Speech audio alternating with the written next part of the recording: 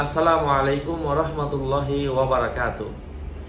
আমি এই মুহূর্তে আপনাদের সাথে একটা ছোট্ট ওজিফা শেয়ার করছি, দোয়া শেয়ার করছি, একটা কালিমা শেয়ার করছি।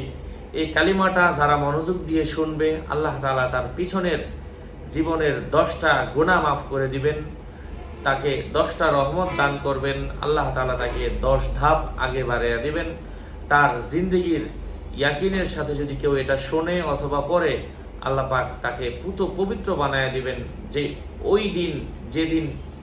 ওই দিনের মতো যেদিন সে নতুন জন্মগ্রহণ করেছিল, নিউ বর্ন বেবি, নতুন যখন জন্মগ্রহণ করেছিল তখন যেমন সে নিষ্পাপ ছিল, এখনো সে এমন নিষ্পাপ হয়ে যাবে। এই কালিমাটা মাত্র একবার পাঠ করলে, কালিমাটা হচ্ছে লা ইলাহা ইল্লাল্লাহু মুহাম্মাদুর রাসূলুল্লাহ সাল্লাল্লাহু আলাইহি ওয়াসাল্লাম। সবাই পড়ে নেন একবার।